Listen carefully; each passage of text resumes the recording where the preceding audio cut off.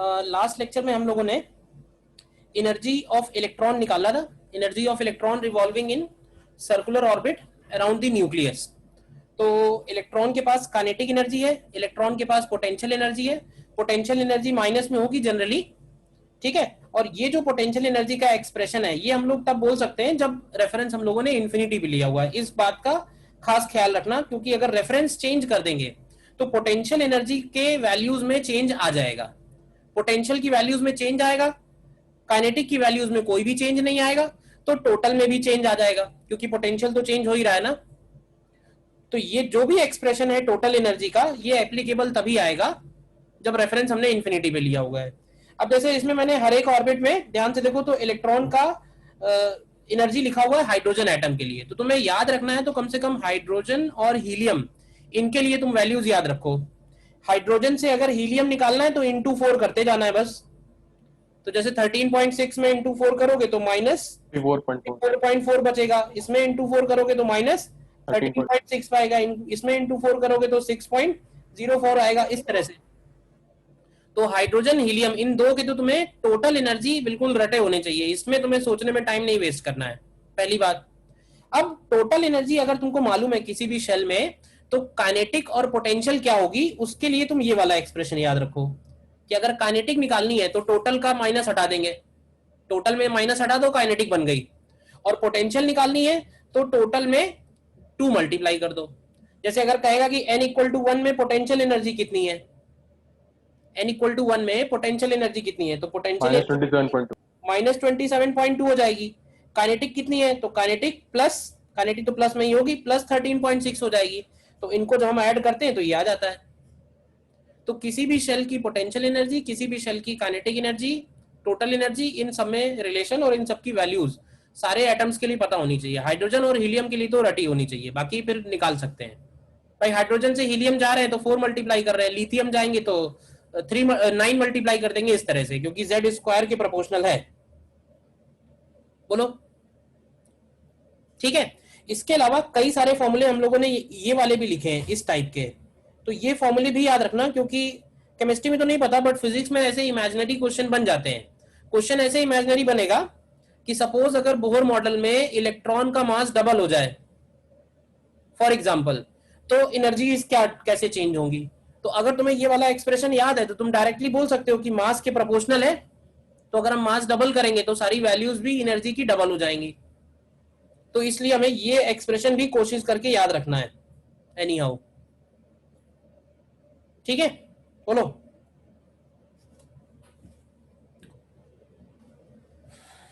देखते हैं इसमें एक दो क्वेश्चंस।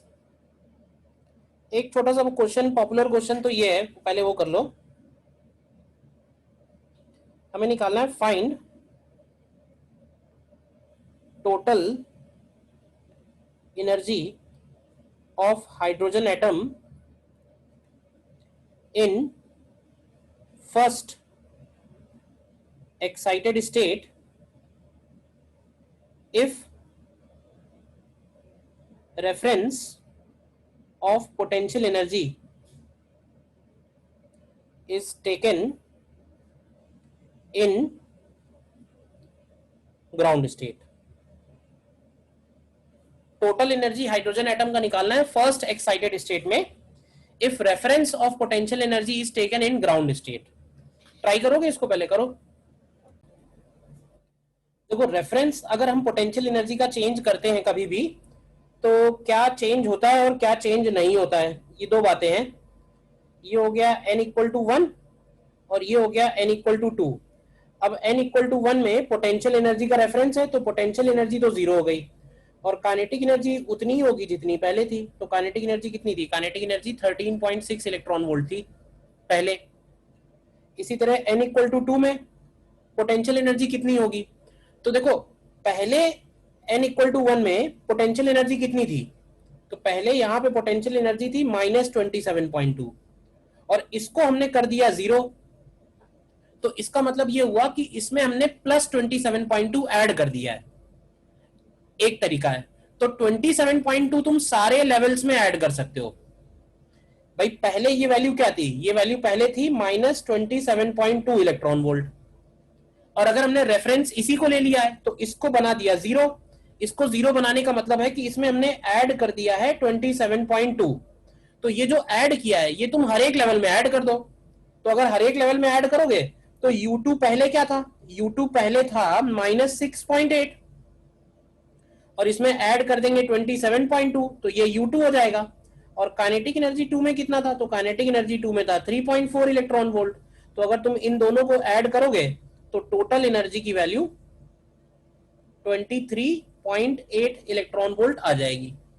एक तरीका ये है। दूसरा तरीका ये है कि अगर हम रेफरेंस चेंज करते हैं तो भी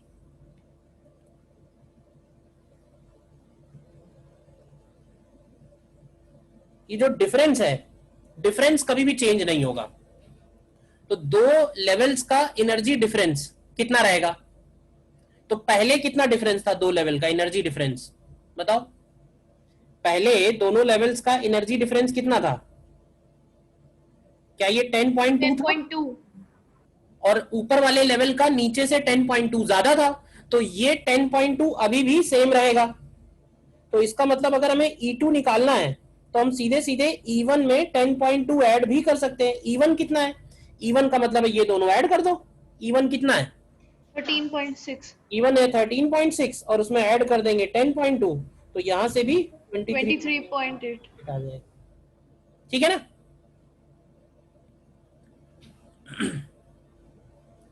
अच्छा, नेमिंग भी ध्यान रखना। अगर कहेगा second energy level, second energy level का मतलब हुआ n = 2, लेकिन अगर बोलेगा फर्स्ट एक्साइटेड स्टेट तो फर्स्ट एक्साइटेड स्टेट का मतलब n = 2 है। तो एक्साइटेड स्टेट जो है एनर्जी लेवल से एक कम चलेंगी नंबर में।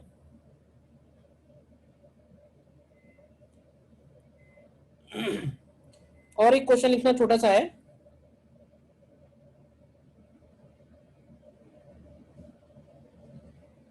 Energy required to remove an electron from neutral helium atom is 24.6 electron volt. तो हमें निकालना है find total energy required, total energy required to remove both the electrons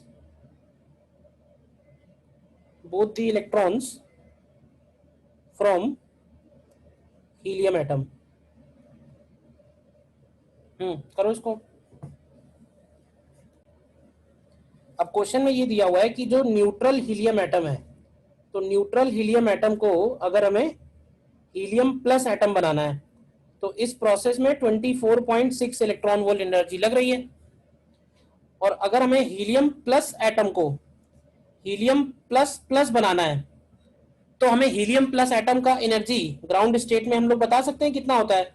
तो ये होता है -54.4 इलेक्ट्रॉन वोल्ट, यानी जो एनर्जी टोटल रिक्वायर्ड होगी तो वो हो जाएगी 24.6 प्लस 54.4, तो ये कितना आ जाएगा 79 इलेक्ट्रॉन वोल्ट। ठीक है।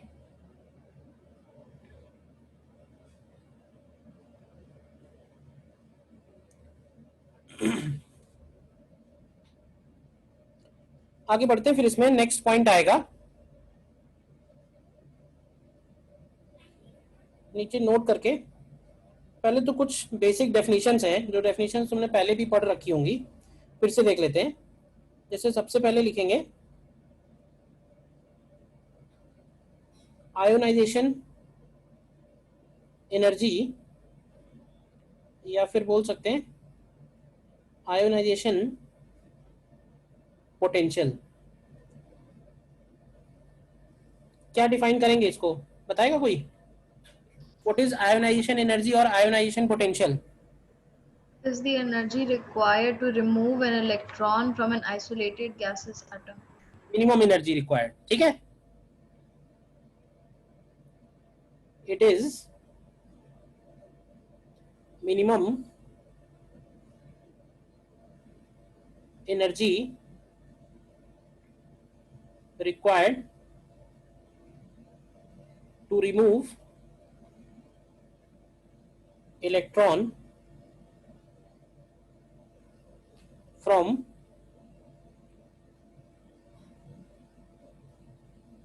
gaseous atom, ठीक है। तो जैसे ionization energy of hydrogen atom, तो हाइड्रोजन एटम के लिए आयोनाइजेशन एनर्जी 13.6 इलेक्ट्रॉन वोल्ट हो जाएगी। Ionization energy of helium plus atom, तो हीलियम प्लस एटम के लिए ये 54.4 इलेक्ट्रॉन वोल्ट हो जाएगी। ये मिनिमम एनर्जी है, इससे ज्यादा देंगे तो भी निकल जाएगा वो इलेक्ट्रॉन, ठीक है। Then second is binding energy of an orbit. Binding energy का क्या मतलब है? बाइंडिंग एनर्जी का मतलब है it is the minimum energy required to remove electron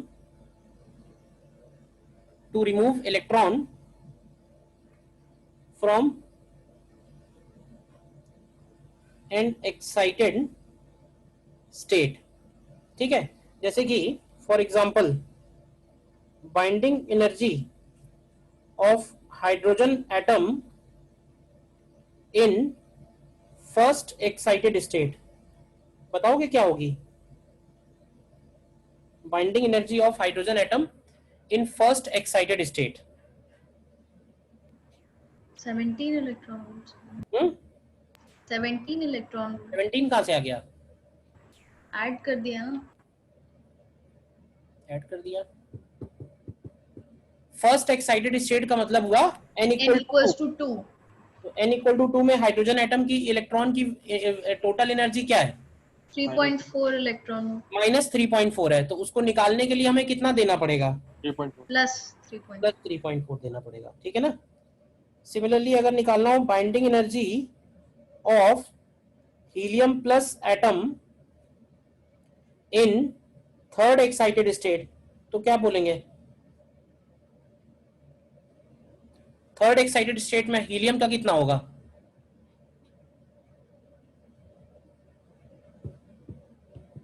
3.4 ही होगा, ठीक है। थर्ड एक्साइटेड स्टेट का मतलब हुआ n इक्वल टू 4। डेफिनेशन तो नहीं कोई पूछेगा, लेकिन क्वेश्चंस में लिखा रहता है तो इसलिए पता होना चाहिए। थर्ड पॉइंट में excitation energy of N excited state, excitation energy of N excited state, तो इसके लिए हम बोलेंगे इट इज, अब यहां पे मिनिमम वर्ड नहीं जुड़ेगा, it is the energy required by electron to move to any excited state from ground state, ठीक है। तो जैसे for example for hydrogen atom, hydrogen atom के लिए अगर हमें फर्स्ट एक्साइटेशन एनर्जी लिखनी है तो कितनी बनेगी? मतलब हाइड्रोजन एटम को हम कितनी एनर्जी दें जिससे वो n इक्वल टू 1 से n इक्वल टू 2 में शिफ्ट हो जाए? तो ये बताओ 1 और 2 में कितना डिफरेंस है? 1 और 2 में 10.2 कर देंगे। तो यहाँ पे हम लोग मिनिमम वर्ड नहीं यूज कर रहे हैं, क्योंकि है क्या, 10.2 ही देना पड़ेगा तभी शिफ्ट होगा। 10.2 से ज्यादा देंगे तो शिफ्ट नहीं होगा, और 10.2 से कम देंगे तब तो शिफ्ट नहीं होगा। एग्जैक्ट 10.2 चाहिए, यानी ये जो एक्साइटेशन एनर्जी है ये बिल्कुल एग्जैक्ट वैल्यू बनेगी। इसी तरह से अगर इसका हमें सेकंड एक्साइटेशन एनर्जी लिखना है तो वो देख लो 12.09 आएगा। अच्छा 12.09 भी है और कैलकुलेशन में 12.1 भी लिखा होता है, तो दोनों ही लेके चलना। देन इसी तरह से third excitation energy, third excitation energy का मतलब होगा 12.75 इलेक्ट्रॉन वोल्ट। इसी तरह से अगर हीलियम प्लस एटम के लिए लिखना हो, लिख लो सारी वैल्यूज एक बार। हीलियम प्लस एटम के लिए फर्स्ट एक्साइटेशन एनर्जी 40.8। हाँ, तो ये हो जाएगा 40.8 electron volt. Second excitation energy 48.4। हाँ 48.4 या 48.36 जो भी है। एंड थर्ड एक्साइटेशन एनर्जी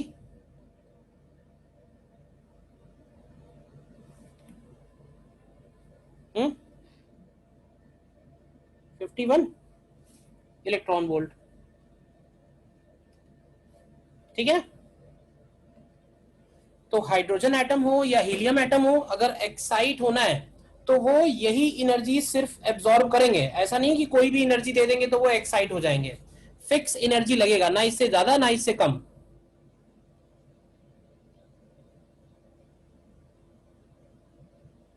ठीक है, नोट कर लेते जा रहे हो ना? Yes sir.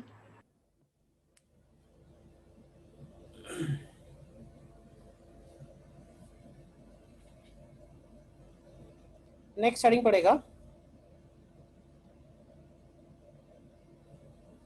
D excitation of atoms. D excitation of atoms, या इसको हम लोग एमिशन स्पेक्ट्रा स्पेक्ट्रम भी बोलते हैं। अभी समझेंगे एमिशन स्पेक्ट्रम का भी क्या मतलब है। अब देखो है क्या, प्रोसेस ऐसा है कि हाइड्रोजन एटम को अगर हम नॉर्मली अगर कोई गैस लें तो हाइड्रोजन गैस है, तो वो उसके जितने भी इलेक्ट्रॉन्स होंगे, जो एटम्स होंगे, वो ग्राउंड स्टेट में होंगे, क्योंकि जो ग्राउंड स्टेट है वो उनकी मोस्ट स्टेबल स्टेट है। लेकिन ये है कि अगर हम उनको हीट करें या फोटॉन्स डालें तो उनके जो इलेक्ट्रॉन्स हैं, अगर उनको इतना एनर्जी मिला तो वो इलेक्ट्रॉन्स जो है लोअर एनर्जी स्टेट से हायर एनर्जी स्टेट में शिफ्ट भी हो सकते हैं। अच्छा, जब ये शिफ्ट होंगे तो जो इनकी फाइनल वाली स्टेट है, मतलब जिस भी स्टेट में जाएंगे ये, तो क्या बताओगे कि ये उस पॉइंट पे रुके रहेंगे या वापस आएंगे?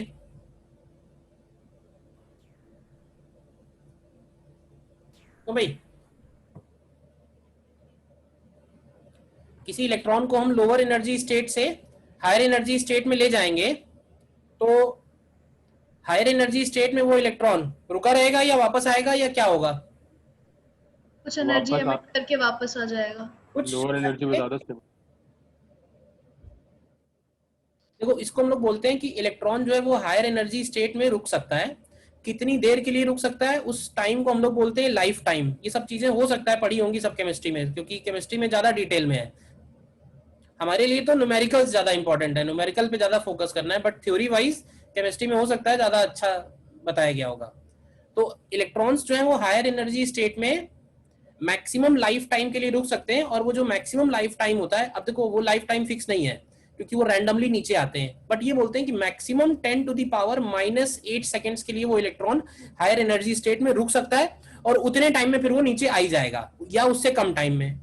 तो जब इलेक्ट्रॉन नीचे आएगा ना, ऊपर हमने चाहे जैसे भेजा हो, हीट करके भेजा हो, फोटॉन्स देके भेजा हो, या कोलिजन से भेजा हो, ऊपर भेजने के कई तरीके, लेकिन जब ये ऊपर से नीचे आएगा तो ये फोटॉन्स एमिट करेगा, और उस प्रोसेस को हम लोग बोलते हैं डी एक्साइटेशन, मतलब डी एक्साइट हो रहा है atom.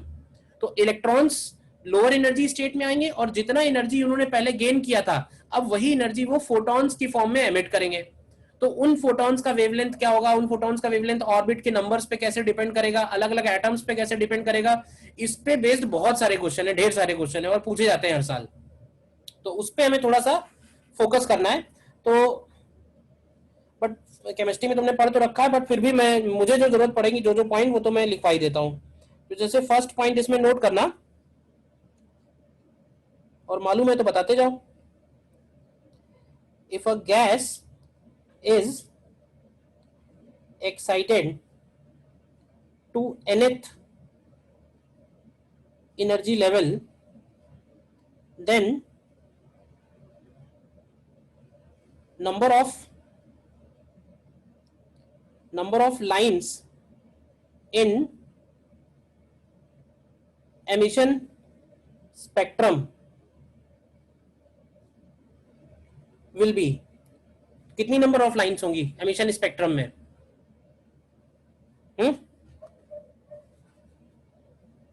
Number of lines in emission spectrum, तो एमिशन स्पेक्ट्रम में उसके NC2 लाइंस हो सकती हैं। NC2 मतलब n-1/2। क्या मतलब हुआ इसका? इसका मतलब भी समझना। ग्राउंड स्टेट में चला गया है। जैसे मान लेते हैं कि कोई गैसियस एटम है और वो n=4 में है, n=1, n=2, n=3, n=4। देखो बनाते समय भी ध्यान रखा करो, जैसे जैसे ऊपर जाएंगे तो गैप रिड्यूस हो रहा है नहीं हो रहा है? तो अगर उसे 4 से 1 में आना है तो उसके पास रास्ते कौन कौन से हैं? तो 4 से डायरेक्ट 1 में आ सकता है, 4 से 2 में आ सकता है, 4 से 3 में आ सकता है, फिर 3 से 1 आ सकता है, या 3 से 2 आ सकता है, और या फिर 2 से 1 आ सकता है। तो इनको हम लोग बोलते हैं कि ये डिस्टिंक्ट लाइंस हैं, और इस केस में 6 डिफरेंट लाइंस होंगी। 6 डिफरेंट लाइन का मतलब ये हुआ कि 6 डिफरेंट टाइप के फोटॉन्स होंगे जो एमिट हो सकते हैं।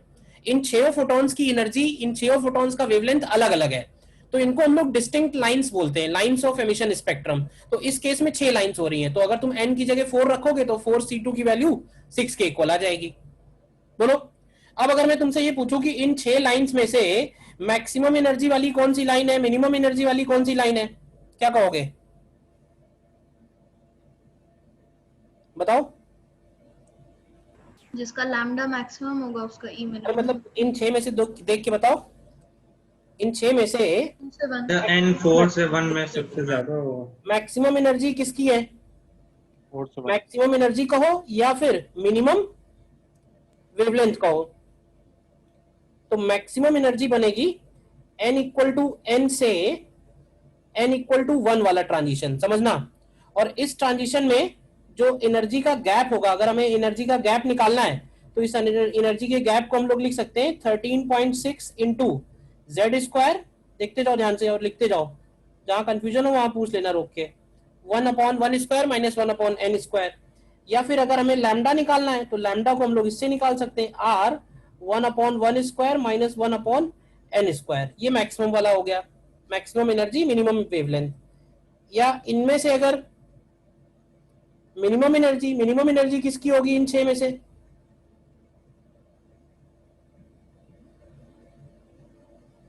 या फिर मैक्सिमम वेवलेंथ? 2 से 1। 2 से 1 नहीं होगा, n से n-1 होगा। Yes sir, minimum energy. तो ये डेल्टा ई की वैल्यू बनेगी 13.6 इंटू Z²। नोट करते जाओ, 1/n-1² माइनस 1/n²। देखो, और लैम्डा भी इसी से निकाल सकते हैं, 1/λ is equal to R 1/1² minus 1/n-1² minus 1/n²। देखो, ठीक है। क्वेश्चन में कुछ बातें बहुत ध्यान से समझनी है। अगर वो कह रहा है कि गैस इज एक्साइटेड, तो गैस एक्साइटेड का मतलब हुआ उसके अंदर एटम्स कितने हैं, ये बताओ। If a gas is excited का मतलब है कि उसके अंदर ढेर सारे एटम है, और हर एक एटम ऐसा हो सकता है कि अलग अलग रास्ता फॉलो करे। ऐसा नहीं है कि एक ही एटम से इतनी सारी लाइंस निकलेंगी, एक एटम से नहीं निकलेंगी। एक एटम का जो इलेक्ट्रॉन होगा वो तो कोई एक रास्ता ही तय करेगा। एक रास्ता वो डायरेक्ट 4 से 1 भी आ सकता है, या फिर वो 4 से 3, 3 से 2, 2 से 1 आ सकता है, या फिर वो 4 से 2 और 2 से 1 आ सकता है, ठीक है ना। या फिर वो 4 से 3, 3 से 1 आ सकता है। तो एक एटम से 6 लाइंस नहीं निकलेंगी। गैस एक्साइटेड है तो उसमें बहुत सारे एटम्स होंगे, तो हर एटम रैंडम डिस्ट्रीब्यूशन होगा, तो प्रोबेबिलिटी से बोल सकते हैं कि हर तरह का रास्ता कवर हो जाएगा। तो टोटल टाइप के कितने फोटॉन्स निकलेंगे? 6 टाइप के। लेकिन अगर क्वेश्चन में लिखा हुआ है Second point, for a single excited atom to nth energy level, ठीक है, maximum number of lines in emission spectrum will be, बताओगे कितनी होंगी, आगे क्या लिखना चाहिए? एक एटम से मैक्सिमम कितनी लाइंस निकल सकती हैं?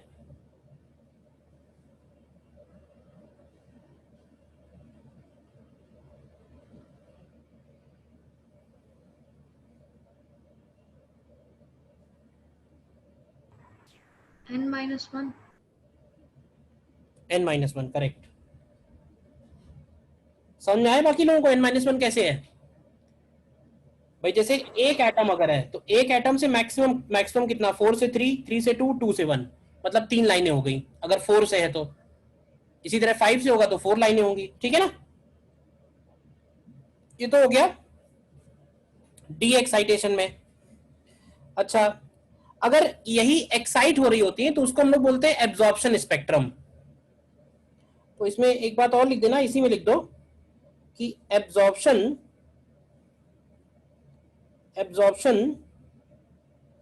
always occurs from ground state. Absorption always occur from ground state. Hence, emission spectrum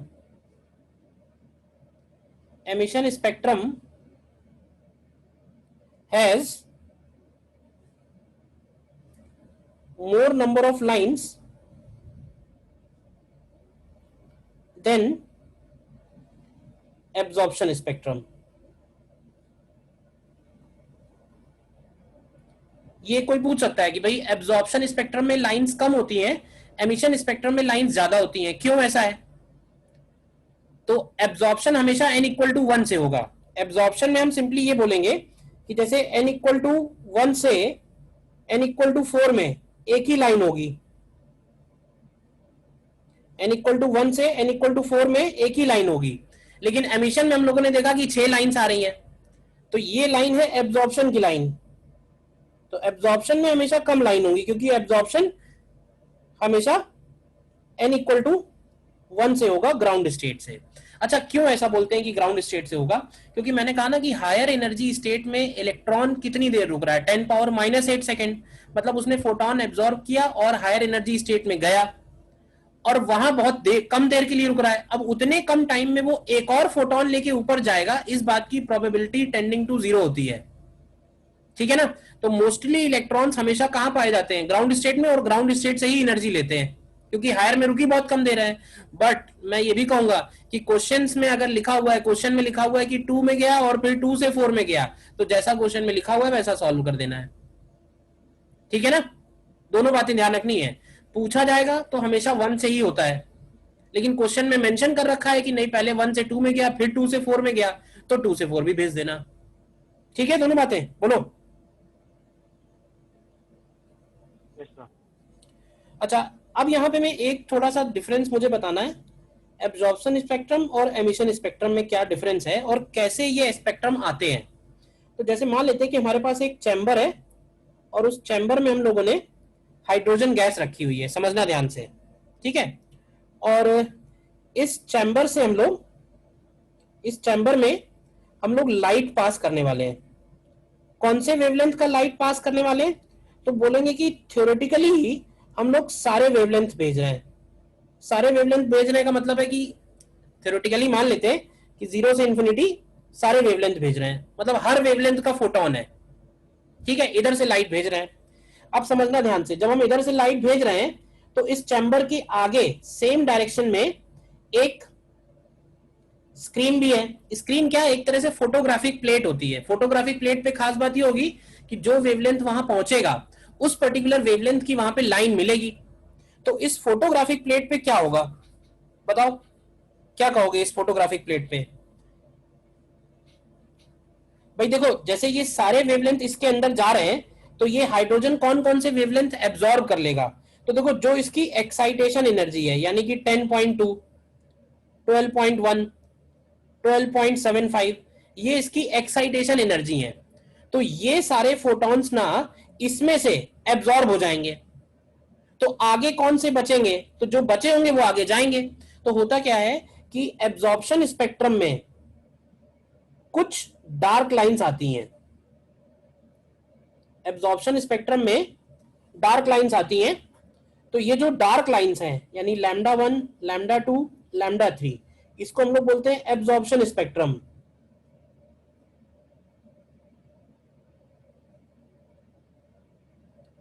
और ये जो आ रही हैं, ये डार्क लाइंस आ रही हैं। डार्क लाइंस का मतलब ये होता है कि ये वेवलेंथ अब्सेंट है। मतलब जब आगे स्क्रीन बनाई गई और उस स्क्रीन में सारे वेवलेंथ पहुंच रहे हैं, बट कुछ वेवलेंथ मिसिंग है, मिसिंग वेवलेंथ हैं ये। तो क्योंकि ये मिसिंग वेवलेंथ है, इसलिए वहां पे डार्क लाइन आ रही है। फोटोग्राफिक प्लेट का जो बाय डिफॉल्ट कलर है, बाकी सारे कलर वहां पे पहुंच रहे हैं। तो एब्जॉर्प्शन स्पेक्ट्रम की जो स्क्रीन होती है, वो पूरी की पूरी स्क्रीन ऑलमोस्ट ब्राइट होती है। मतलब हर वेवलेंथ वहां पहुंच रहा होगा, कुछ वेवलेंथ वहां पे मिसिंग होंगे। तो जो मिसिंग वेवलेंथ है, उन्हीं को हम लोग बोलते हैं एब्जॉर्प्शन स्पेक्ट्रम। तो पहला रीजन ये क्लियर है कि एब्जॉर्प्शन स्पेक्ट्रम में डार्क लाइंस क्यों आती हैं? बोलो, क्लियर है ना? और ये जो वेवलेंथ्स हैं, wavelengths are corresponding to excitation energies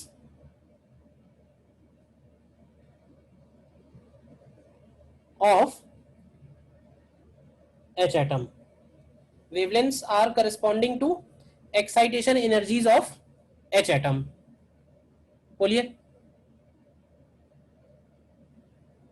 ठीक है, अब देखो हुआ क्या। अब इसके जो इलेक्ट्रॉन है वो कहां पहुंच चुके हैं? वो n=4 में पहुंच चुके हैं। तो अब 4 में पहुंचने के बाद जब वो वापस आएंगे तो वो फोटॉन्स एमिट करेंगे। तो वो जो फोटॉन्स एमिट होंगे वो सारे डायरेक्शंस में एमिट होंगे। समझना ध्यान से। जो इधर से जा रही थी लाइट, यहां पे जो लाइट पहुंच रही है, ठीक है, इसमें मेजर पोर्शन किसका होगा? इसमें मेजर पोर्शन इंसिडेंट वाली लाइट का होगा। ये इंसिडेंट वाली लाइट ही आगे पहुंची है। लेकिन अगर हम इसको परपेंडिकुलर डायरेक्शन में स्टडी करें कि इसके परपेंडिकुलर डायरेक्शन में कौन कौन सी वेवलेंथ्स हमको मिल रही हैं, परपेंडिकुलर डायरेक्शन में कौन कौन सी वेवलेंथ्स हमको मिल रही हैं, तो यहां पे जो फोटोग्राफिक प्लेट रखा होगा उसमें हमको मिलेगा एमिशन स्पेक्ट्रम। और एमिशन स्पेक्ट्रम में क्या वो वेवलेंथ्स होंगी जो एब्जॉर्प्शन में है? बताओ। एमिशन स्पेक्ट्रम में वो वेवलेंथ्स प्रेजेंट होंगे जो एब्जॉर्प्शन में है या नहीं प्रेजेंट होंगे? बताओ। जैसे इसमें से ये जो λ1 लिखा हुआ है, लेट से λ1 हो गया 1 से 2 का, λ2 हो गया 1 से 3 का, λ3 हो गया 1 से 4 का। तो क्या ये वेवलेंथ एमिशन वाले में प्रेजेंट होंगे? एमिशन में तो ये वेवलेंथ एमिशन में भी प्रेजेंट होंगे, लेकिन एमिशन में और भी वेवलेंथ प्रेजेंट होंगे। मैंने कहा ना 6 लाइंस हैं। तो ये जो 6 लाइंस हैं, ये 6 लाइन कौन से ट्रांजिशन के करस्पॉन्डिंग है? तो इसमें ये तीनों ट्रांजिशन तो प्रेजेंट है ही, उनके अलावा 3 और हैं, वो इनके बीच वाले प्रेजेंट हैं। बताओ, ये बात क्लियर है? और ये जो हमको मिलती हैं, ये मिलती हैं ब्राइट लाइंस। ब्राइट लाइंस इसलिए क्योंकि ये वेवलेंथ्स निकल रही हैं। ठीक है ना? तो इसमें लिख देना कि it contains all the lines, it contains all the lines of absorption spectrum as well as some other lines.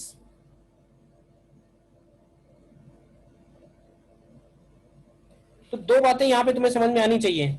एक बात तो ये कि एमिशन स्पेक्ट्रम की जो लाइंस हैं वो एब्जॉर्प्शन स्पेक्ट्रम से ज्यादा है। ऐसा क्यों है? और दूसरा पॉइंट जो हमें समझना है वो ये है कि एब्जॉर्प्शन स्पेक्ट्रम में डार्क लाइंस आती हैं, जबकि एमिशन स्पेक्ट्रम में ब्राइट लाइंस आती हैं, ऐसा क्यों है? ठीक है, इंसिडेंट लाइट की जो डायरेक्शन में स्पेक्ट्रम मिलता है वो एब्जॉर्प्शन स्पेक्ट्रम होता है, और परपेंडिकुलर डायरेक्शन में जो हमको स्पेक्ट्रम मिलेगा वो एमिशन स्पेक्ट्रम होता है। सर हाँ बोलिए।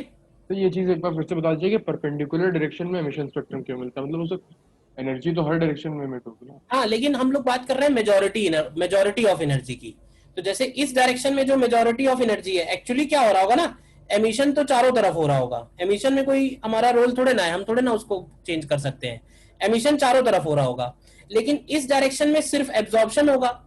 तो अगर हम इसके परपेंडिकुलर डालेंगे तो इस डायरेक्शन में तो डेफिनेटली एमिशन होगा ना, सिर्फ और सिर्फ। लाइट इधर से एंटर हुई तो लाइट वाली डायरेक्शन में सामने जो मिलेगा उसमें मेजॉरिटी एब्जॉर्प्शन स्पेक्ट्रम की होगी, पार्शियली एमिशन भी होगा वहां पे, लेकिन मेजॉरिटी एब्जॉर्प्शन की होगी। तो हमको स्क्रीन पे एब्जॉर्प्शन ही नजर आएगा। यस सर, समझ। जो परपेंडिकुलर डायरेक्शन है वहां पे तो सिर्फ एमिशन ही नजर आएगा ना। Yes sir. ठीक है ना? Yes sir, yes sir. और हाँ, हाँ बोलिए, नोट कर तो लो जो जो। एमिशन स्पेक्ट्रम है उसमें सर सारी लाइंस ब्राइट होंगी या लैम्डा 1 लैम्डा 2 लैम्डा 3 नहीं नहीं, ब्राइट? सारी लाइंस मतलब कि एमिशन स्पेक्ट्रम में सारा वेवलेंथ नहीं मिलेगा, इसमें कुछ ही वेवलेंथ मिलेगा। एक्चुअली क्या हो रहा है ना, यहाँ पे ये वेवलेंथ मिल रहा है और ये मिसिंग है। तो एब्जॉर्प्शन में जो मिसिंग है वो एब्जॉर्प्शन स्पेक्ट्रम है, लेकिन एमिशन में यही मिल रहा है हमको सिर्फ, ओके सर। बाकी जगह कुछ नहीं है। Yes sir. और यही रीजन है कि एमिशन में जो लाइंस है वो ब्राइट है, क्योंकि जहां पहुंचा वो ब्राइट है, और डार्क में जहां नहीं पहुंचा वो इसलिए एब्जॉर्प्शन है। ठीक है? और इसके बाद इसमें कुछ नाम भी है, जैसे लाइमन, बामर, पास्चन, ब्रैकेट, ये सब सुना होगा ना। तो लाइमन सीरीज किसके लिए बोलते हैं? लाइमन सीरीज का मतलब है कि किसी भी ऑर्बिट से ग्राउंड स्टेट में जो ट्रांजिशन है वो लाइमन सीरीज हो गया। लाइमन सीरीज का फर्स्ट लाइन कौन सा होगा, बताओगे? फर्स्ट लाइन होगा n इक्वल टू 2 से n इक्वल टू 1। और लाइमन सीरीज का सीरीज लिमिट क्या होगा? सीरीज लिमिट का मतलब है n इक्वल टू इंफिनिटी से n इक्वल टू 1। ठीक है, तो ये हो गया लाइमन। लाइमन जो हाइड्रोजन एटम के लिए होगा, हाइड्रोजन एटम के लिए ये कौन सा स्पेक्ट्रम बनेगा इलेक्ट्रोमैग्नेटिक वेव का? तो ये अल्ट्रा वायलेट बनेगा। ठीक है ना? For hydrogen atom it is ultraviolet. इसी तरह लाइमन हो गया, बामर हो गया। बामर के लिए कब बोलेंगे? तो बामर हो गया n इक्वल टू n से n इक्वल टू 2 का ट्रांजिशन। ठीक है ना? और इसका फर्स्ट लाइन इसका होगा n इक्वल टू 3 से n इक्वल टू 2। और इसका सीरीज लिमिट होगा n इक्वल टू इंफिनिटी से n इक्वल टू 2। और जो बामर सीरीज है हाइड्रोजन एटम के लिए वो विजिबल स्पेक्ट्रम होगा। मतलब इसके जो वेवलेंथ है वो सारे की सारे वेवलेंथ 400 नैनोमीटर से लेके 700 नैनोमीटर के बीच में होंगे। तो और भी नाम है, तुम्हें मालूम होंगे तो जरूरत नहीं है बताने की। लाइमन, बामर, पास्चर, ब्रैकेट, फुन। मुझे लगता है क्वेश्चंस लाइमन बामर पे ही मिलते हैं ज्यादातर, बाकी की जरूरत शायद नहीं पड़े। बताओ।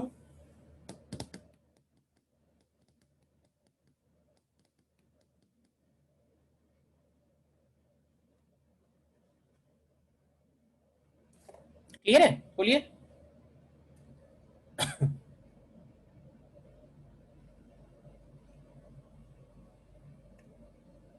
देखो इसमें फिर कुछ क्वेश्चंस करते हैं।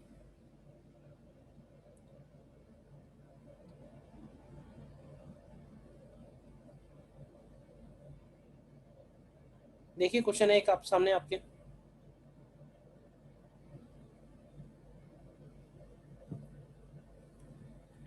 फ्रॉम। देखो आंसर्स बता दे रहा हूँ। पहले पार्ट का आंसर आना चाहिए z equal to 5। Second part का आंसर आना चाहिए 16.53 इलेक्ट्रॉन वोल्ट। सी पार्ट का आंसर आना चाहिए 36.53 एंगस्ट्रॉम। डी पार्ट में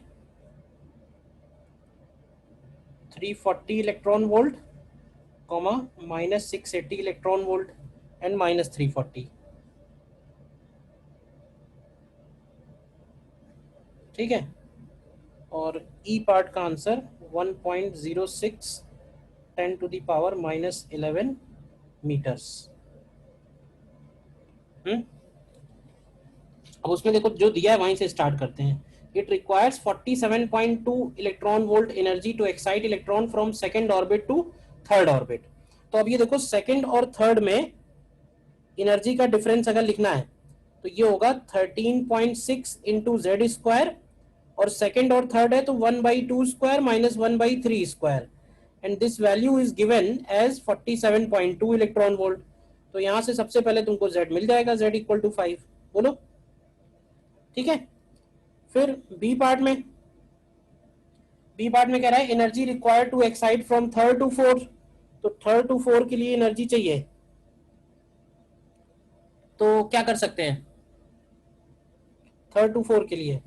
तो फिर से यही कर दो, तो 13.6 into Z square 1/3 square minus 1/4 square कर दो, तो ये वैल्यू निकल के आनी चाहिए 16.53। फिर सी पार्ट में wavelength of electromagnetic radiation required to remove the electron from first और बोर ऑर्बिट टू इंफिनिटी, यानी इसका आयोनाइजेशन एनर्जी कितना होगा?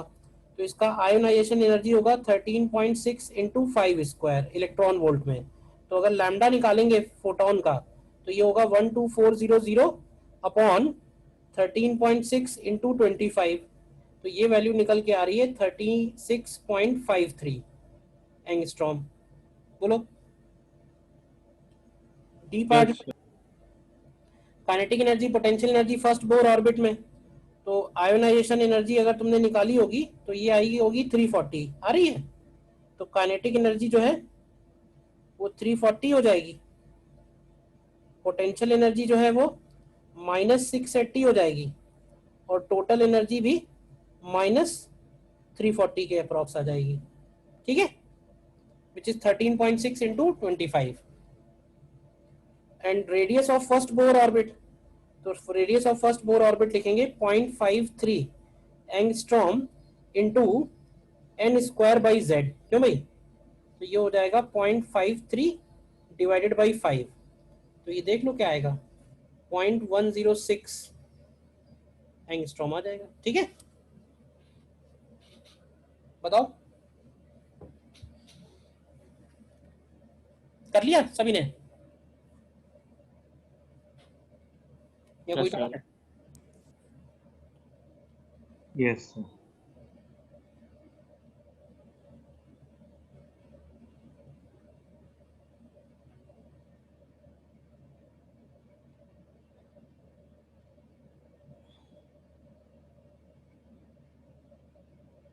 और देखो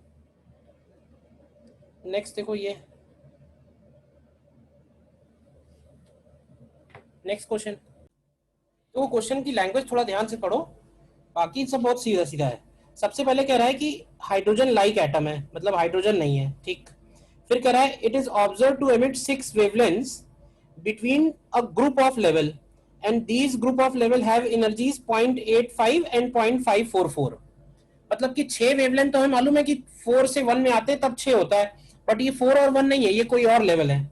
तो ऐसे मान लेते हैं कि एक लेवल है n इक्वल टू n, तो n इक्वल टू n में एनर्जी है 0.85 इलेक्ट्रॉन वोल्ट, और अगला लेवल है n इक्वल टू n+3 होगा, क्योंकि 6 लाइंस है ना, तो n+3 में एनर्जी है 0.544 इलेक्ट्रॉन वोल्ट। अब इनके बीच में ही ऐसा हो सकता है कि 6 लाइंस इसमें एमिट हो रही हैं। ठीक है,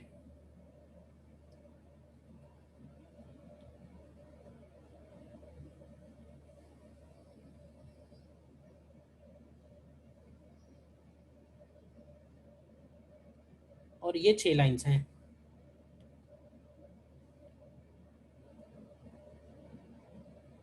ठीक है, अब देखो इसमें इक्वेशन बना सकते हैं हम लोग 13.6 इंटू जेड स्क्वायर, ठीक है, अपॉन एन स्क्वायर।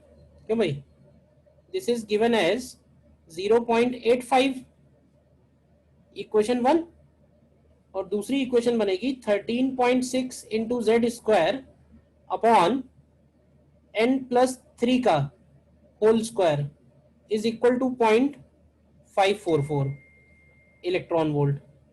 तो इन दोनों इक्वेशन से तुम्हें z निकाल लेना है सबसे पहले। तो z की वैल्यू 3 आनी चाहिए। अब देखो मॉडर्न में क्वेश्चंस क्योंकि बहुत सारे सॉल्व करने हैं और कैलकुलेशन ऑब्वियसली ज़्यादा है, तो मॉडर्न के लिए आप यूज़ कर लेना कैलकुलेटर, प्रॉब्लम नहीं है, बट ध्यान नहीं रखना कि एग्जाम में तो तुम्ही को करना पड़ेगा, तो जो भी तुम्हें बेस्ट लगे।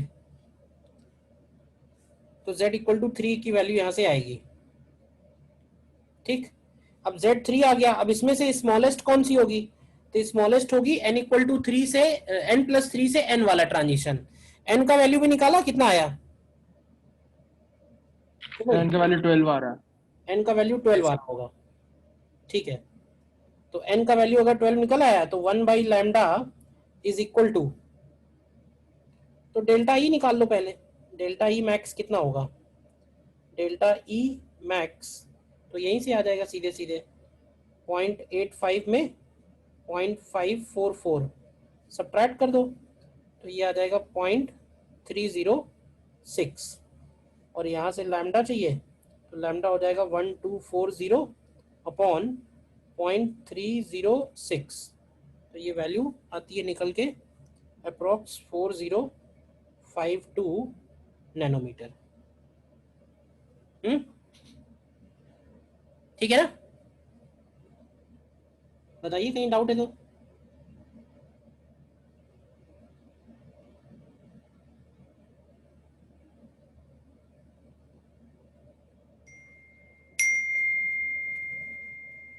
देखो और एक कर लो,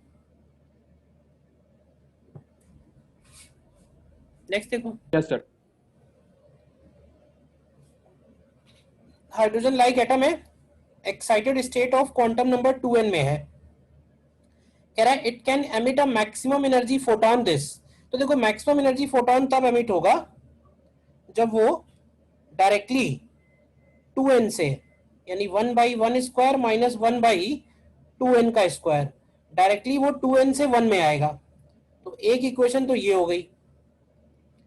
फिर दूसरा ये कह रहा है कि if it makes a transition to quantum state n, यानी 2n से n में आता है अगर, तो दूसरी इक्वेशन होगी 13.6 into Z square 1 upon n square minus 1 upon 2n का स्क्वायर, तो ये होगा 40.8 इलेक्ट्रॉन वोल्ट। तो इन दोनों इक्वेशन से तुम्हें z और n मिलेगा। तो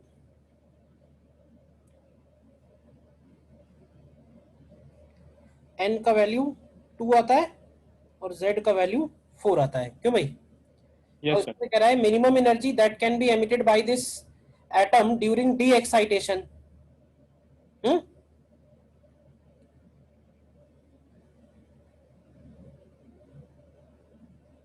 ग्राउंड स्टेट एनर्जी, तो ग्राउंड स्टेट एनर्जी हो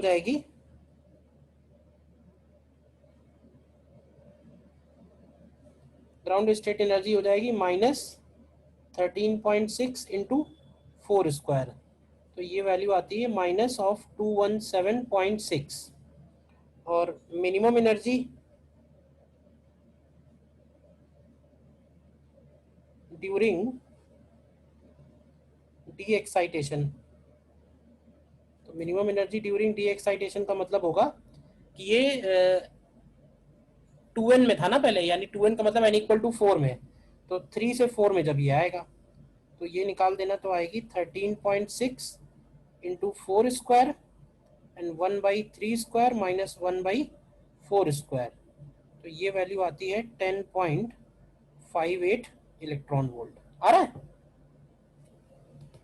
यस। तो ऐसे बहुत सारे क्वेश्चंस मिलेंगे, देखो एग्जैक्टली बोर मॉडल पे जो आए हुए हैं क्वेश्चंस। ठीक है, तो पैकेज में ऑलमोस्ट डाल ही रखे हैं सारे क्वेश्चंस, तो आप उसमें से एक बार ट्राई कर लेना, बता देता हूँ कौन कौन से करना। ठीक है, बाकी इसमें थोड़ी सी बातें और हैं तो वो मैं और बताऊंगा फिर नेक्स्ट लेक्चर में। ठीक है, थैंक यू सर।